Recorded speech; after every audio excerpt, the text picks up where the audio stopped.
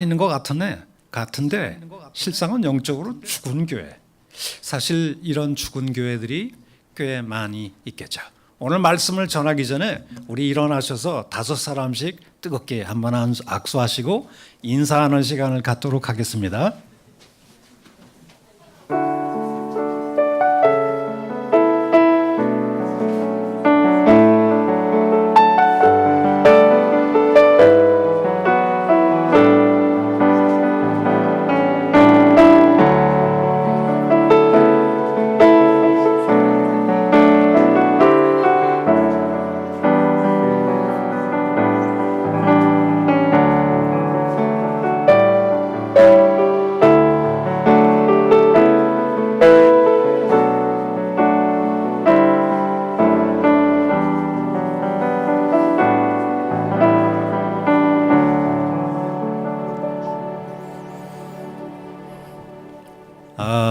여러분들 정말 만나서 정말 반갑습니다.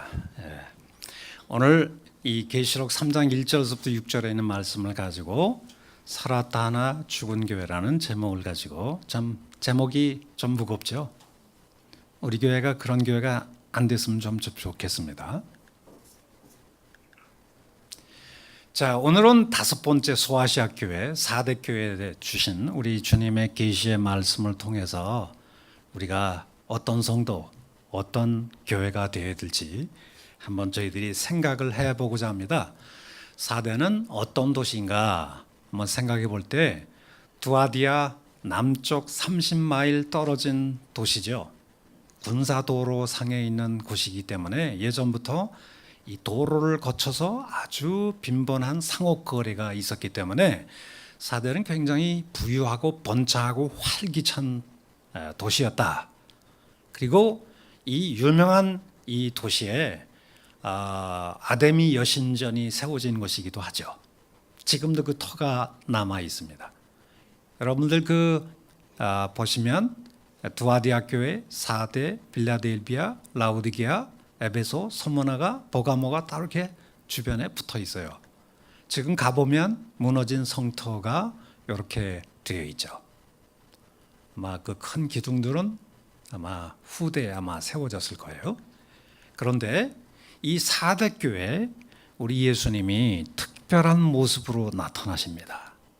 그 나타난 모습을 보면 이 교회에게 우리 주님이 뭘 원하시는지를 알 수가 있어요. 이렇게 돼 있죠.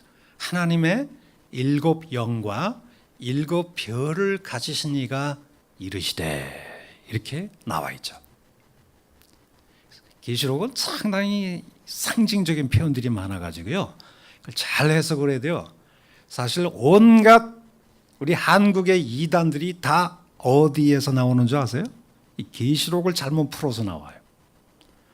뭐 신천지 이단도 정말 이 계시록 잘못 풀어가지고 거기 세뇌 공작된 사람은 그게 가장 영감받은 무슨 해석인 줄 알고 그걸 철떡같이 믿어요. 특히 이제 14만 4천 명.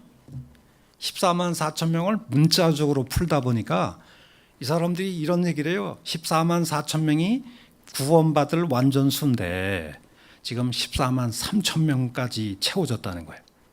나머지 한 1,000명 남았는데 빨리 들어오고 집 팔고 빨리 들어오라. 그럼 급해가지고 집도 팔고 막 그래가지고 막 들어오게 만드는 그런 이단들의 그런 수법들이 있죠. 그런데 이 첫 번째 7 영과 7 별을 가지십니다. 예수님의 모습이죠. 여기 보면 7 영이라고 하는 것은 하나님의 영인 성령을 지칭하는 표현이에요. 영이 7개가 있다는 게 아니고 계시록은 7이라는 숫자는 완전수예요. 7 교회, 7 영 이런 표현들은 다 이 완전수를 얘기하는데 7 영이다라고 하는 것은 성령은 어떤 분이시다? 완전한 영이시다. 그런 뜻을 담고 있고요. 또 7 별을 가지신 분이다라고 할 때 여러분 계시록 1장 20절에 보면 7 별은 7 교회의 사자들을 지칭하는 말이다. 그렇게 돼 있어요. 그렇다면 예수님의 이 모습 속에서 우리가 발견할 수 있는 뜻이 뭘까요? 그것은 우리 예수님은 7 영을 가지신 분, 결국 예수님은 뭐를 주시는 분이세요? 성령을 주시는 성령의 주체가 되시죠. 성령을 주시느냐 안 주시느냐 하는 것은 우리 예수님의 전권이에요. 예수님이 죽으시고 부활하시고 그리고 하늘 우편 보좌로 예수님 올라가셔서 영광의 자리에 딱 앉으셔서 만유를 통치하는 만유의 통치권자가 되셨어요. 하나님 보좌 우편에 앉으셨다는 것은 하나님의 모든 우주적인 통치권이 이제 누구의 것이 됐다는 거죠? 예수님의 것이 됐다는 거예요. 하나님은 통치하실 때 항상 예수님을 통해서 만유를 통치하고 계세요. 그런데 이 예수님이 하늘 보좌에 올라가셔서 아버지 하나님께 뭘 달라고 요청하셨어요? 성령, 약속하신 성령을 달라고 요청하셔서 이제 성령을 주느냐 안 주느냐는 모든 전권은 누가 가지고 계시다고요? 예수님이 가지고 계세요. 예수의 이름을 부르지 않고서는 누구도 성령을 경험할 수 없다는 거예요. 성령의 주인이 되신, 성령을 주시는 주권자가 되셨다는 거예요.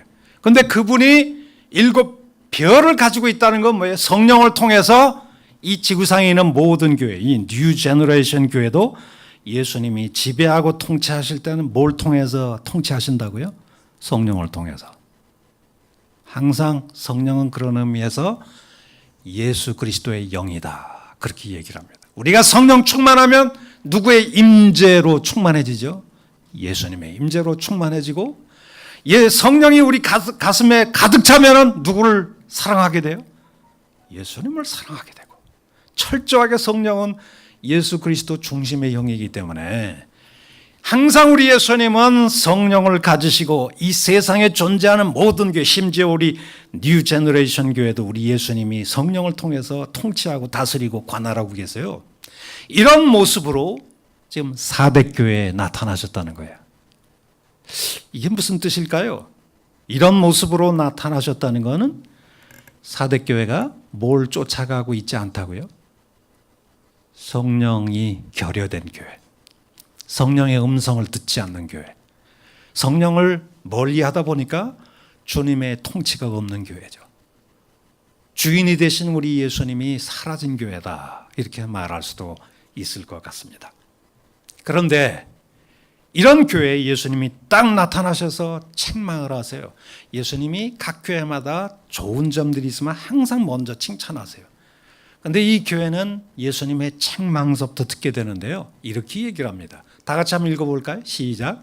내가 네 행위를 아노니 내가 살았다는 이름은 가졌으나 뭐한 자로다? 죽은 교회로다, 이렇게 얘기를 했어요.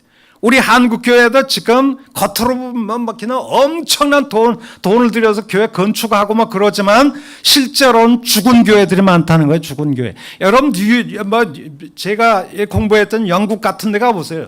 빅토리아 여왕 시절에 얼마나 교회가 번창을 했으면 전 인구의 80%가 주일날 교회를 다녔대요. 그래서 에딘버러에 가보면 큰 블록을 하나 이렇게 꺾어져 들어갈 때마다 우리 충격교와 같은 엄청난 돌로 만들어진 그런 교회 빌딩들이 지금은 뭡니까? 다 비어 있어요. 레스토랑으로, 심지어는 무슬림 사원으로 다 바뀌어가고 있다고요. 여러분, 건물을 아무리 화려하게 지어놓아도 우리 성령이 떠나시면 그 교회는 죽은 교회입니다. 살았다 하는 이름을 가졌으나 죽은 교회로다. 자, 여기 보면 시각차가 왜 생길까요? 사대교회는 자기들을 누구라고 생각한 거예요? I'm alive. 나는 살아있다고 생각하는 겁니다. 왜? 도시가 굉장히 경제적으로 번창하고 돈도 많이 벌고 부족한 게 없어요. 이 4대 도시를 가보면 엄청나게 활기차단 말이에요. 이 도시 자체가 사람들 왔다 갔다 하고, 그렇기 때문에 4대 지역도 그렇고 교회도 그렇고 뭔가 살아있는 것 같지만 실상 하나님이 보는 시각은 틀려요. You're already dead. 너는 이미 죽어 있다는 거예요. 하나님이 보는 관점과 우리 스스로가 우리를 평가하는 관점이 너무 틀릴 때가 있어요. 왜 이런 시각차가 생길까요? 사람들이 보는 시각과 주께서 보는 시각은 아주 다를 수 있다는 거예요. 여러분들이 스스로를 어떻게 생각하느냐, 그것보다 더 중요한 것은 우리 주님이 나를 어떻게 보시느냐, 이게 더 중요하겠죠. 여러분들이 기도할 때 항상 주님, 내가 정말 어떤 존재인지 쇼미 보여주옵소서. 그런 기도 하십니까? 기도할 때 나는 말이야 20년 동안 뭐 그냥 11조도 내고 교회 빠지지도 않고 제가 잘 믿었나이다 뭐 이렇게 기도하십니까? 그게 중요한 게 아니겠죠. 보면은 이 계시록의 7교회들 보면 선문학 교회의 경우는 어떤 교회예요? 내가 환난과 궁핍을 알거니와 실상은 내가 뭐한 자다? 부유한 자. 세상에서는 막 형편없이 가난하고 찢기고 맨날 얻어터지고 핍박당하고 여기저기 돌아다니고 예수 믿으면 가난해질 수밖에 없어요. 왜? 경제활동을 못하니까. 경제활동할 수 있는 모든 권한을 다 차단시켜버려요. 예수 믿는다고 커밍아웃 하는 순간.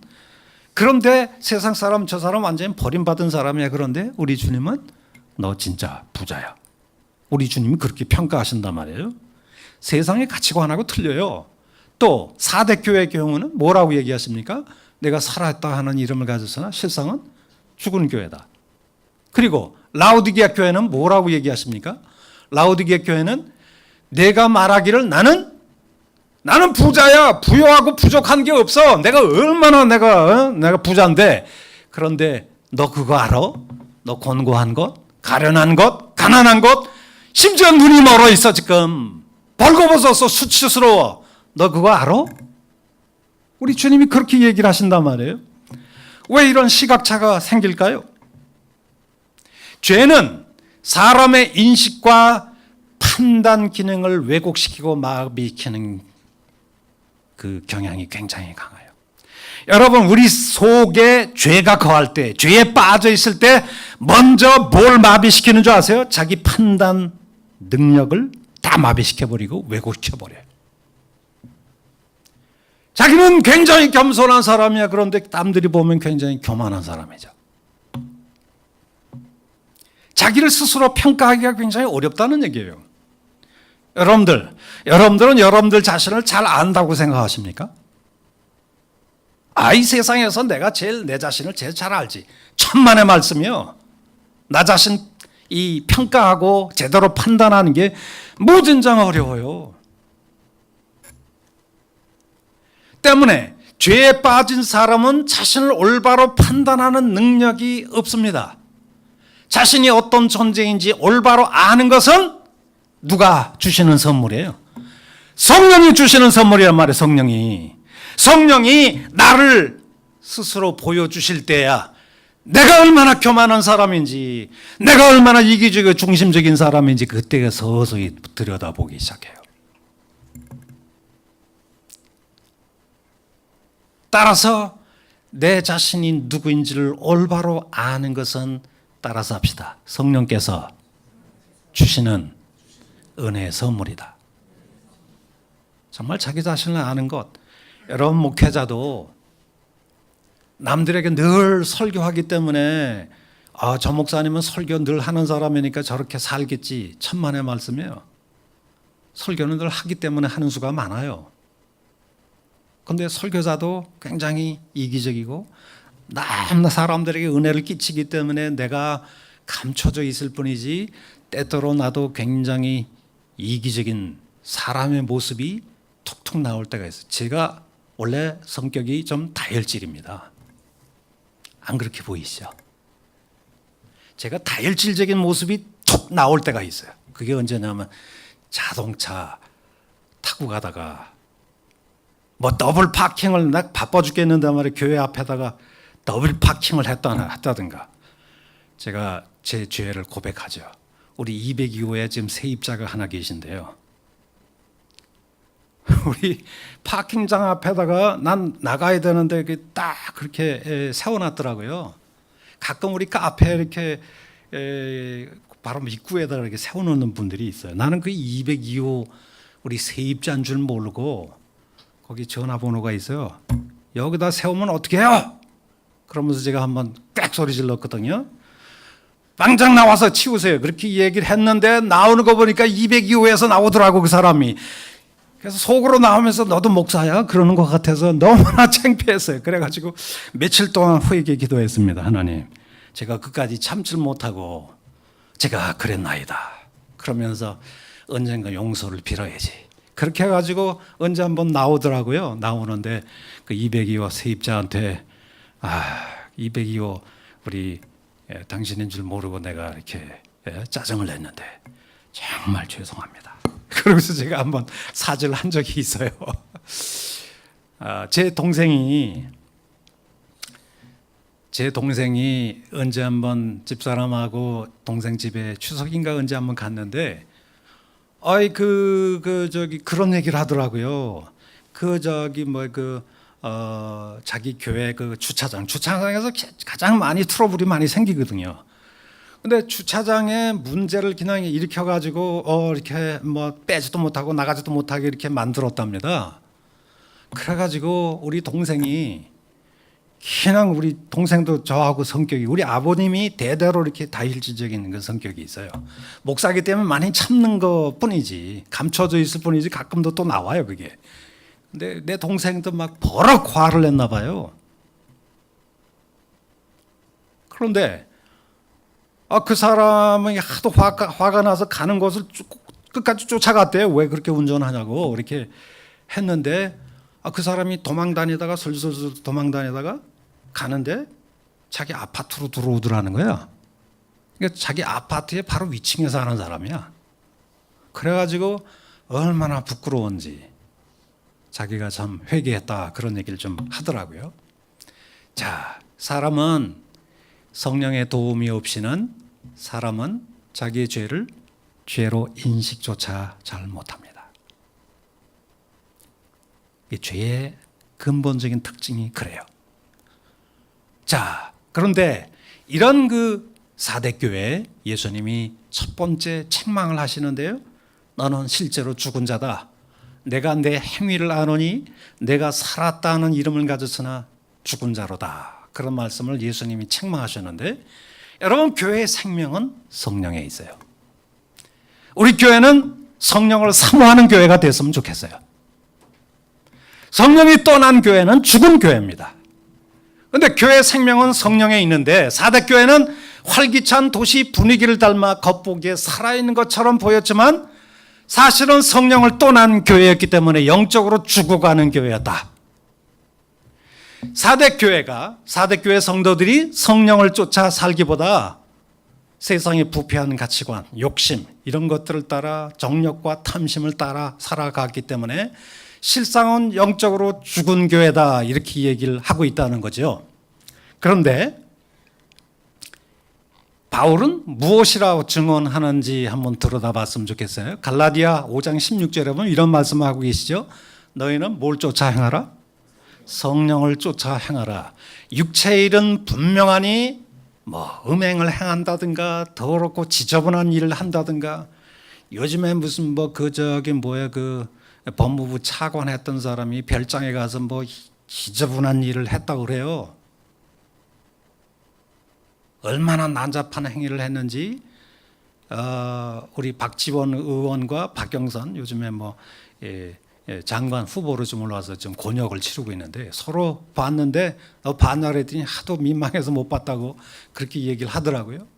육체의 일들, 음행, 더러운 것, 호색, 우상숭배, 주술 원수 맺는 것, 분쟁하고 시기하고 분내고 당짓는 것, 그 다음에 들어갔다 하면 사람들하고 자꾸 분열하고 이단, 투기, 술 취하고 방탕하고 그와 같은 것들 등등이 있는데 전에 너희에게 경계한 것 같이 내가 다시 경고하는데 이런 육체 일들을 밥 먹듯이 계속 하는 사람은 어디에 못 들어간다고요? 하나님 나라 유업을 얻지 못한다. 하나님 나라 못 들어간대요. 하나님 나라 못 들어간다는 건 뭐예요? 영적으로 죽은 존재라는 얘기죠. 성령을 쫓아 살지 않고 육체 일들을 밥 먹듯이 그냥 자기 욕심을 따라 정욕을 따라 탐심을 따라서 계속 이기적으로 살면 그 사람은 영적으로 죽은 교회인데 사대 교회가 바로 그런 교회다 하는 것을 보여주는 것이라 볼 수 있어요. 갈라디아서 6장 6절 7절에 이렇게 얘기합니다. 사람이 무엇으로 심든지 그대로 거두리라. 자기 육체를 따라서 계속 심는 자는 육체로부터 영원한 죽음을 거두게 되고 성령을 위하여 심는 자는 성령으로부터 뭘 거두게 돼요? eternal life, 영생을 걷게 된다면, 여러분 천국에 들어가는 사람은 육체를 따라 계속 습관적으로 살고 그렇게 하면은 천국 못 간대요. 뭘 쫓아 살아야 되겠죠? 성령을 쫓아 살아야 돼요. 우리가 무슨 일을 할 때 성령께서 우리 마음속에 시끄러워요. 너 왜 그런 짓 해? 자꾸 너 왜 미워해? 너 뭐 왜 그런 짓을 해? 그 성령의 음성을 그냥 짓눌러 버리고 약심대로 계속 살아가는 사람은 위험한 사람이에요. 그런 음성이 세미하게 들릴 때에도 주님, 제가 잘못했습니다. 이렇게 하는 사람이 이게 성령의 사람이거든요. 자, 사도 바울의 이 말씀에 비추어 볼 때 사대 교회가 영적으로 죽은 교회가 된 것은 그들이 교회의 생명의 원천인 뭘 쫓아 살지 않는다고요? 성령을 쫓아 살지 않고 음행, 시기, 분쟁, 우상숭배, 술 취하고 방탕하고 시기하고 분쟁하고 뭐 이런 일들을 계속 자행했다는 얘기죠. 세상의 본질이 원래 그런 거니까. 세상은 원래 탐욕적인 세상입니다. 그런 것을 쫓아서 계속 살아가는 사람은 반드시 you will be dead. 너는 죽는단 말이에요. 너 하나님 나라는 못 들어가. 이게 성경의 시종일 관한 게 명령이란 말이에요. 자, 그런데 책망의 두 번째 이유는 내 삶 속에 온전한 행위가 하나도 없다는 거야. 온전한 행위가. 여러분, 너는 일깨어 그 남은 바 죽게 된 것을 굳건하게 지키라. 하나님 앞에 내 행위의 온전한 것을 내가 찾아볼 수가 없다는 거예요. 눈을 부릅뜨고 봐도 행위의 온전한 것을 찾지 못했다. 여러분, 온전한 행위가 없다는 것은 그들의 믿음이 죽어가고 있다는 거예요. 여러분들 믿음이 있다고 하는 것은 많은 사람들이 나 믿음 좋아 그렇게 얘기하는데요. 믿음이 좋다는 건 뭘로 나타납니까? 삶과 행위로 나타나요. 순종으로. 그 사람이 좋은 열작이 나무라는 것은 뭘 보면 알아요? 열매를 보면 알잖아요. 열매로 안다는 것은 그 삶으로 그 사람의 믿음을 볼 수 있다는 거예요. 믿음은 전폭적인 헌신과 순종의 성격이 있기 때문에 믿음이 있다면, 믿음은 두 가지 특징이 있어요. 하나는 receptive activity, 하나 수용적 행위라고 하는데요. 믿음은 하나님께서 나에게 은혜로 해주신 것을 빈손으로 신뢰하는 마음으로 받아들이는 수용적 행위이기도 합니다. 그런데 믿음에는 액티브한 면이 있어요. 액티브한 면이 뭐예요? 하나님께 대한 전폭적인 헌신과 순종의 성격이 있어요. 그래서 성경에 보면 믿음과 순종, 믿음과 행위 자꾸 연결되는 이유가 바로 거기 있어요. 믿음이 있다면 주를 위해서 봉사하게 돼 있고, 믿음이 있다면 열심히 사랑하게 돼 있고, 믿음이 있다면 주를 위해서 봉사하는 게 즐거워지는 거죠.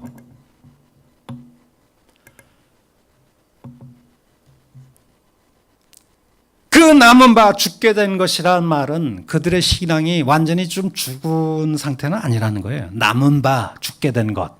그러니까 지금 거의 죽어가고 있는데 그 나머지 조금 남아있는 그 신앙과 삶을 지키라는 거예요. 때문에 그들이 정신 차려 회개한다면 여전히 뭐가 있다? 소망이 있다는 거예요. 하나님 우리에게서 행위의 온전함을 찾고 계세요. 불꽃 같은 눈으로. 너희들의 마음이 지금 세상에 가 있냐? 나에게 와 있냐? 그걸 우리 주님이 찾고 계신다는 것이죠. 그래서 우리 예수님은 회개, 촉구, 경고, 격려까지 좀 하고 계신데요. 우리 다 같이 한번 읽어볼까요? 시작. 그러므로 내가 어떻게 받았으며 어떻게 들었는지 생각하고 지켜 뭐하라? 회개하라. 만일 일깨지 아니하면 내가 도둑같이 이르리니 어느 때 내게 이르는지 내가 알지 못할 것이다. 여러분, 이 말씀을 가만히 들여다보면 세 가지 중요한 단어가 나와요. 따라서 합시다. 생각하고, 지키고, 회개하라. 이 말이 연결되어 있어요. 여러분, 중요한 거는 예수님의 회개 촉구는 세 동사로 표현되는데, 첫째는 뭐 하는 거예요? 진정한 우리가 회개하는 삶은 뭘 하는 거예요? 생각하는 겁니다. 정신없이 아무 자기 뭐 성찰도 없이 신앙생활하는 사람은 그 죽어가는 사람이에요. 주님, 내가 지금 어디에 와 있는지 가르쳐 주옵소서. 내가 얼마나 좀 주님을 떠나 있는지 생각나게 해 주옵소서. 생각하는 건 무진장 중요합니다. 본래 이 동사는 기억하다라고 하는 뜻을 가지고 있어요. 사대교회가 기억해야 할 것은 그들이 받고 들은 복음의 교훈이죠. 여러분, 회개의 기초는 어디에 있다고요? 뭘 기억하는 거예요? 뭘 생각하라는 거예요? 첫째는 따라서 합시다. 너희가 받고, 따라서 합시다. 너희가 받고 들은 바를 생각하고. 그러니까 회개의 가장 출발점은 뭐예요? 너희가 받았다는 것은 뭘 받았다는 거예요? 이 하나님 말씀, 복음의 말씀을 받았죠. 너희가 들은 것도 목사님을 통해서 많이 복음의 말씀을 듣잖아요. 여러분, 회개의 가장 중요한 것은 항상 뭘로 돌아가야 돼요? 말씀을 묵상하고 말씀을 생각하고 그 말씀을 거울로 삼아요. 이 말씀이 나의 내비게이션이란 말이에요. 내비게이션. 그래서 우리 시편에 뭐라고 그래요? 주의 말씀은 내 발의 등이요 내 길의 빛이니다. 여러분, 이 말씀을 나의 발의 등이요 내 발의 빛으로 삼아야 된단 말이에요.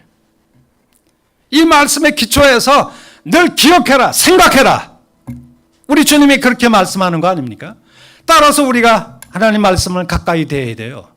신앙생활 제대로 못하는 사람들 보면 되게 말씀과 멀어요.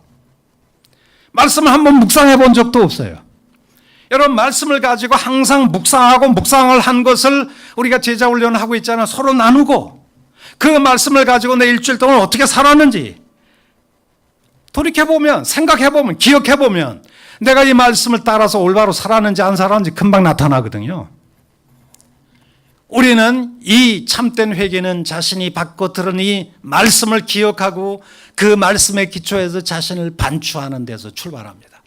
그래서 말씀을 매일 읽고 묵상하는 것이 무진장 중요합니다.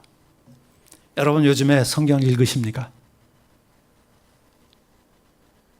읽으세요? 안 읽으세요?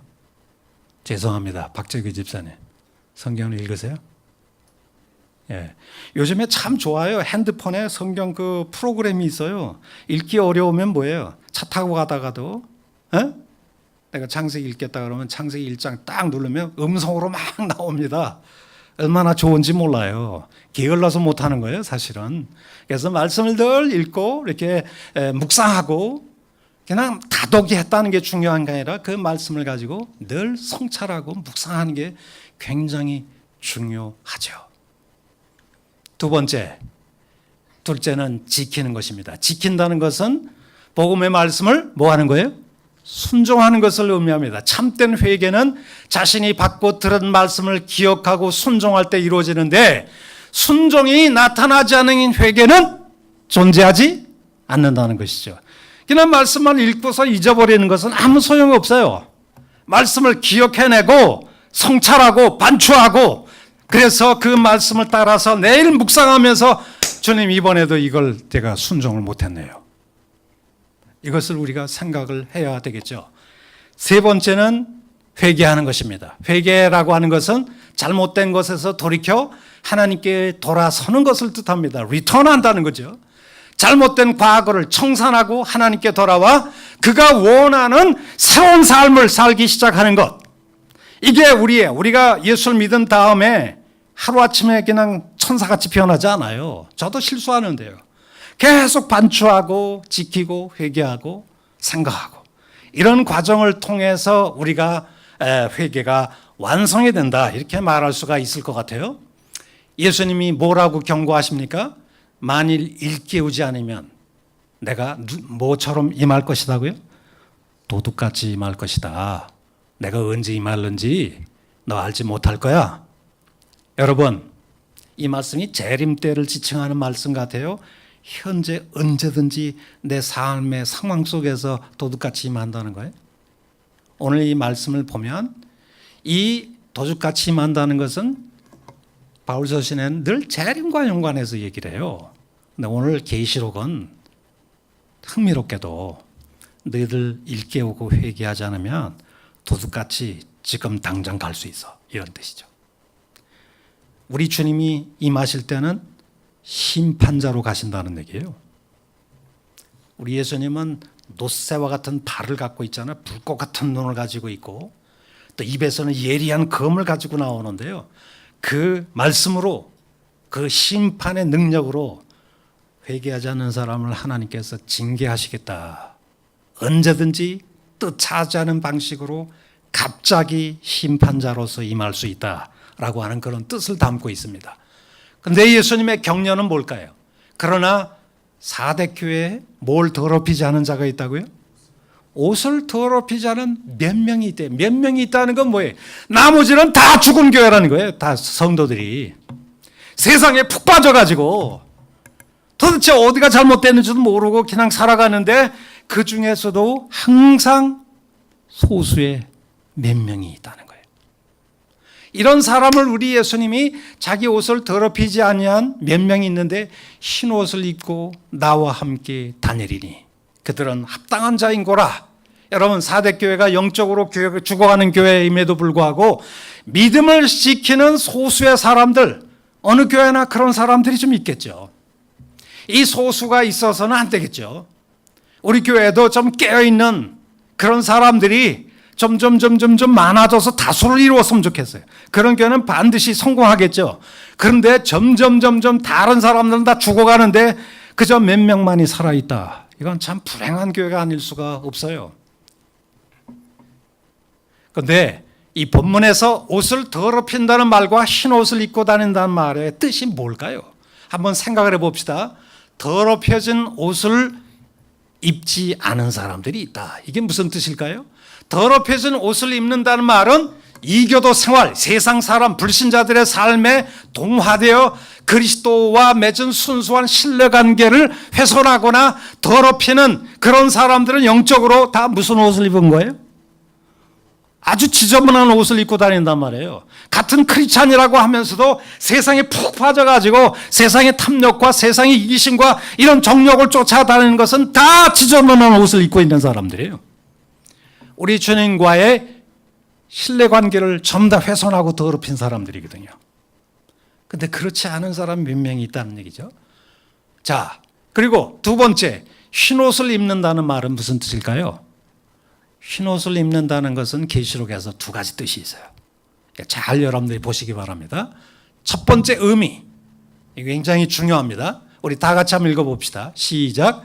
예수 그리스도의 십자가 구속에 참여하여 새 사람이 되는 것, 중생한 그리스도인이 되는 것을 의미한다. 여러분, 우리 계시록에 있는 말씀을 한번 다 같이 읽어볼까요? 시작.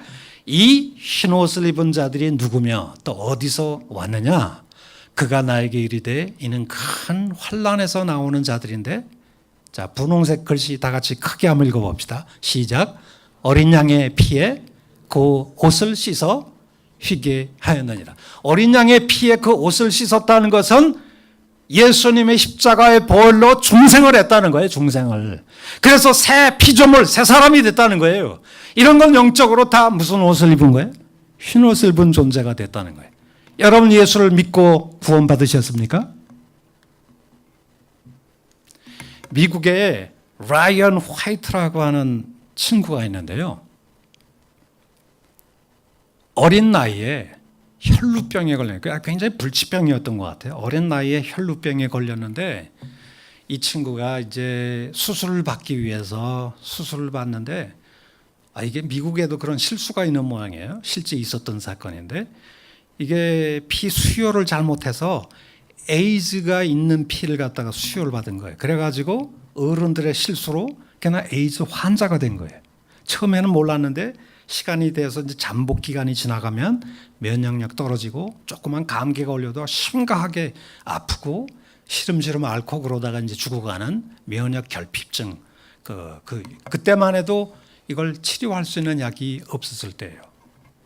그러니까 어른들이 잘못한 그 실수 때문에 에이즈 환자가 돼서 서서히 죽어가는 그런 그 소년이 된 거 아니에요. 아마 주음이 나이 또래 정도 되는 그런 어린 나이인데 걔가 에이즈 환자가 됐으면은 절망하고 엄마 원팡하고 막 그냥 울어야 되는데 그냥 항상 해맑은 웃음으로 오히려 엄마 아빠를 위로하고 슬퍼하지 마시라고 그러면서 적극적으로 학교 생활도 열심히 하고 선한 일도 많이 하고 그렇게 살아가는 모습이 미국 신문에 다 알려지게 된 거예요. 그래서 당시 대통령이 누구냐면 로널드 레이건 대통령인데요. 레이건 대통령이 직접 이렇게 선물도 보내주고 너 그렇게 장하게 잘 살아서 참 고맙다. 근데 지금 현직 대통령이 도널드 트럼프 아니에요. 근데 그때 당시에는 아마 굉장한 거부였던 모양이에요. 그 도널드 트럼프가 또 애를 또 위로한다고 뭐 이렇게 선물도 보내주고 편지도 보내주고 그런 일을 했나 봐요. 그런 짓을 하는 거 보니까 도널드 트럼프가 그때부터 대통령 되려고 준비한 것 같아요. 보통 같으면 잘 안 하는데. 근데 이 도널드 트럼프가 뭐 그런 것도 보내주고 격려를 했는데 문제는 이 죽음의 이 그늘에서 어린 아이가 벗어날 수가 없어서 결국 18살 그 청소년이 되었을 때 결국 죽음의 최종 마지막 지점에 도달하게 된 거예요. 그래서 그 아빠가 자기 아들 라이언 화이트에게 내가 백방으로 내가 너를 위해서 이렇게 많은 노력을 했지만 내가 더 이상 도와줄 게 없구나. 미안하다 아들아. 네가 먼저 세상을 떠나게 돼서 얼마나 아빠는 마음이 찢어지게 아픈지 모른다. 미안하다. 미안하다 그러면서 아빠가 엄마하고 그 어린 아이들 앞에 놓고서 막 울고 그러는 거예요. 눈물 흘리고. 그때 라이언 화이트가 병상에서 창백한 얼굴로 엄마 아빠 너무 걱정하지 마세요. 세상에 그 누구도 레이건 대통령도 도널드 트럼프도 많은 선물들을 나에게 보내주었지만 아빠가 준 것 같은 선물을 준 사람은 아무도 없습니다. 아빠가 나에게 준 가장 위대한 선물이 뭐냐 하면 내가 천국 갈 수 있는 믿음을 주시지 않았습니까? 저는 아빠가 주신 이 믿음을 갖고 먼저 천국 갑니다. 아빠 천국에서 다시 만나요. 그동안 아빠 너무 고마웠어요. 그리고 세상을 떠났다 그래요. 이 어린아이, 어린 양의 피에 그 옷을 휘게 씻은 중생한 천국 시민이죠.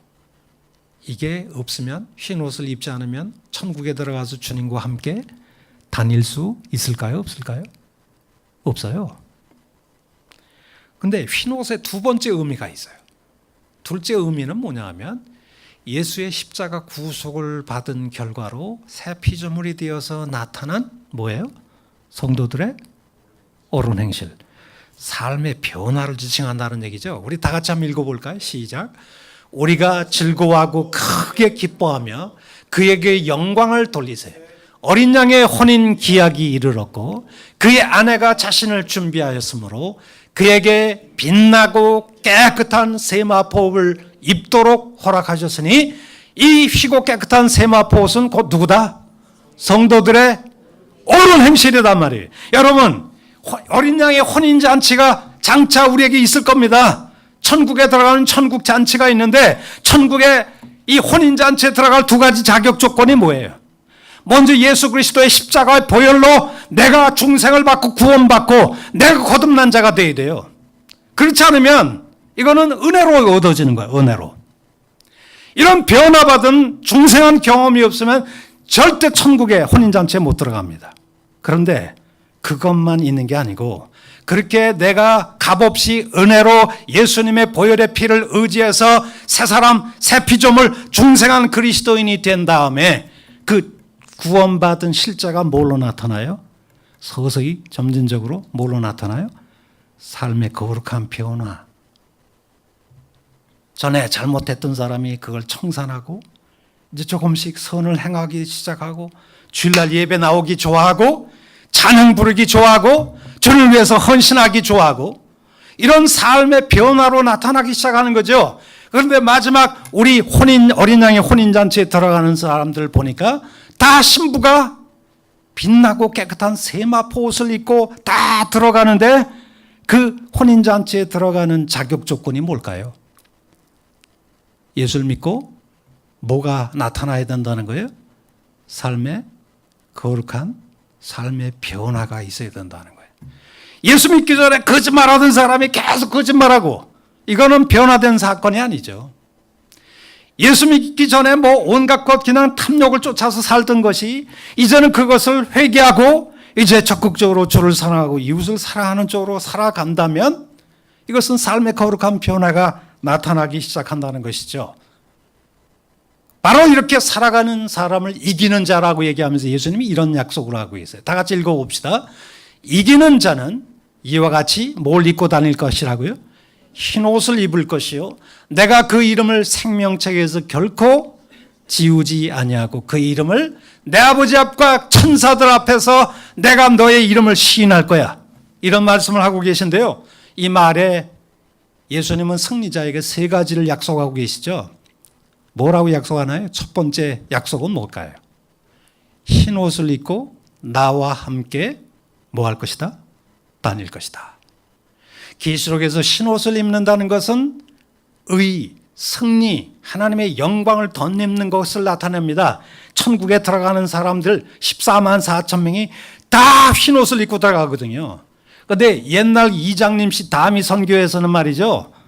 이 흰 옷을 입는다는 건 문자적인 의미로 이해를 해가지고 그냥 저 동대문에 가서 흰 광목을 입고 무슨 비단 흰 광목을 입고 그리고 하늘로 방방 뜨려고 준비하는 사람들이 있었는데 그 계시록을 잘못 이해하는 사람들이 흰 광목 아무리 입어보세요 천국에 못 갑니다. 여기서 흰 옷을 입었다고 하는 것은 마지막 14만 4천 명이 예수를 잘 믿고 구원받은 이후에 하나님의 백성다운 거룩한 삶을 나타내는 과정 속에서 마지막 천국에 흰 옷을 입고 간다는 것은 최후 승리자라는 거예요. 여러분 로마 군인들이 전쟁에 나가서 승리를 해서 들어갈 때는 무슨 옷을 걸치고 무슨 말을 타고 들어가요? 흰 옷을 입고 무슨 말을? 백마를 타고 가잖아요. 흰 옷을 입고 흰 말을 타고 간다는 것은 뭐예요? 최종적으로 승리했다는 거예요. 그 승리한 사람에게 뭐가 주어지죠? 영광의 면류관이 주어지잖아요. 또 그런 사람은 마지막으로 하나님의 의와 영광을 갖게 된다는 것을 뜻하지요. 이 거친 세상에서 신실한 믿음을 지키고 의로운 삶을 살 때 예수님 그를 누구라고 인정하세요? 너는 의인이다. 이렇게 인정하시고 최후 승리자의 자리에 참여하게 만드실 것입니다. 그래서 하나님의 영광의 옷을 입고 다니게 만들 것이다. 그래서 나와 함께 천국에서 친밀한 교제를 누리면서 나와 함께 다니게 될 거야. 이것을 우리 주님이 약속을 하고 계신데 이런 흰 옷을 입고 우리 주님 천국 잔치에 주님과 함께 한 사람도 빠짐없이 함께 다니게 되기를 축원합니다. 두 번째 무슨 약속을 하셨나요? 두 번째는 내가 그 이름을 생명책에 결코 지우지 않을 것이다. 이게 무슨 뜻일까요? 생명책은 구원을 얻을 자들의 이름을 기록하는 하늘의 책을 얘기하는데요. 따라서 이기는 자의 이름을 생명책에 지우지 않겠다는 것은 그리스도께서 그의 구원을 확실하게 보장하겠다 이런 뜻이죠. 여러분들이 하늘에 여러분들의 이름이 승리자로서 생명책에 써 있게 되기를 바랍니다. 그래서 우리 마지막 예수님의 약속이 뭘까요? 마지막 약속은 이렇게 얘기합니다. 그 이름을 내 아버지 앞과 그 천사들 앞에 시인할 것이다. 우리 예수님이 마지막 혼인잔치 천국에 들어갈 때 엄청나게 많은 사람들이 들어올 때 거기서 문광희 I know your name 천사들 앞에서 하나님 아버지 앞에서 나 너 잘 알아 이렇게 시인하게 될 것이다 이거죠. 근데 그 자리에 갔는데 예수님이 나 너 몰라. 그럼 어떻게 될까요? 천국 들어갈까요? 못 들어갈까요? 못 들어가죠. 옛날에 우스꽝스러운 얘기가 하나 있는데요. 우리 기도 많이 하는 은사 집회도 많이 하는 현신의 권사님이 계신데 꿈을 꾸는데 현신의 권사님이 천국에 갔는데 평생에 사모하는 그 예수님이 천국 문 앞에서 서 계시더래요. 그래서 요단강을 건너가지고 버선발로 얼마나 반가워요. 예수님이 평생 사모하던 분이니까. 그래서 천국 문 앞에 딱 이 현신의 권사님이 섰는데 예수님이 미동도 않고 계시더래요. 꿈이죠. 예수님, 저 시내 왔어요. 저 모르세요? 예수님, 나 너 몰라. 그러더래요. 어디 가란 얘기예요? 그러면 지옥에 가란 얘기 아닙니까? 현신의 권사님이 재치가 있으셔. 그러면은 내가 못 들어가는 건 뻔하고 한국의 목사님들도 한번 물어볼까? 그래서 조아무개 목사님은 아십니까? 그랬더니 나 그 조아무개 목사도 몰라 그러더래요. 누구라고 얘기는 안 합니다. 그랬더니 지금 돌아가신 한경진 목사님, 그 한경진 목사님 아세요? 그랬더니 경직인 내가 알지. 그러고서 벌떡 깼다는 거 아니에요? 현신의 권사님이. 여러분, 우리가 마지막 최종적으로 믿음의 승리를 해서 주님 앞에 설 때 우리 영광의 주님께서 우리에게 흰 옷을 입혀주시고 수많은 천군 천사들이 하나님 보좌 앞에서 우리의 이름을 호명하고 나 아무개를 잘 압니다. 세상에서 나 때문에 고생도 많이 하고 환난을 겪치고 믿음을 잘 지켰는데 그 영광스러운 아무개를 하나님 아버지 받아주세요 라고 우리 주님이 우리를 시인했으면 참 좋겠습니다. 자, 그렇다면 우리 삶에 어떻게 적용할 수 있을까요? 이 적용하는 첫째 적용에 대해서 첫 번째 어떻게 자기 기만의 오류를 극복할 수 있는가? 소아시아의 많은 교회들은 자신들의 영적 상태를 잘 모른 채 모든 게 잘 되어가고 있는 것처럼 착각하고 있었던 거죠. 죄를 죄로 심각하게 인식하지 못하기 때문에 뭐 할 기회도 없어요. 회개할 기회조차가 없는 거죠. 나 멋진 사람이야. I'm too smart 이러면서 나 정말 얼마나 예수 잘 믿어. 우리 교회에서 우리 나만큼 오래 예수 믿은 사람 나와보라고 그래. 그러면서 스스로를 그렇게 평가하고 착각하는데 실상은 신자들도 자신의 죄나 문제를 잘 인식하지 못하는 것은 그들의 자기 인식을 왜곡시키고 마비시키는 이 죄성 때문에 그러죠. 이런 죄에 빠진 사람은 흔히 자기 기만, 셀프 디셉션의 오류에 빠져서 자신의 죄를 합리화하고 미화하고 일반화하게 됩니다. 그게 뭐 잘못됐어요? 그렇게 생각하는 거죠. 때로는 자기 잘못을 미화하기도 해요. 그리고 일반화한다는 것은 남들 다 그러대. 나만 그러나? 뭐 이런 식으로 일반화하는 거죠. 이게 우리 속에 있는 뭐 때문에 그래요? 죄성 때문에 그래요. 이 죄성에 빠져 있는 사람은 희망이 없어요. 어떻게 자기 기만의 오류를 극복할 수 있을까요? 여러분, 4대 교회, 라우디가 교회 다 이런 자기 기만의 죄에 빠져 있거든요. 어떻게 극복할 수 있을까요? 첫째, 자기 기만의 극복 방법은 성령만이 마음에 덮인 죄악성의 수건을 벗겨내고 우리에게 참된 깨달음을 줄 수 있다는 거예요. 성령만이 진리의 영이기 때문에 성령을 의지해야만이 내가 내 자신이 보여지기 시작한다는 거예요. 귀 있는 자들은 성령께서 우리들에게 하시는 말씀을 들을지어다.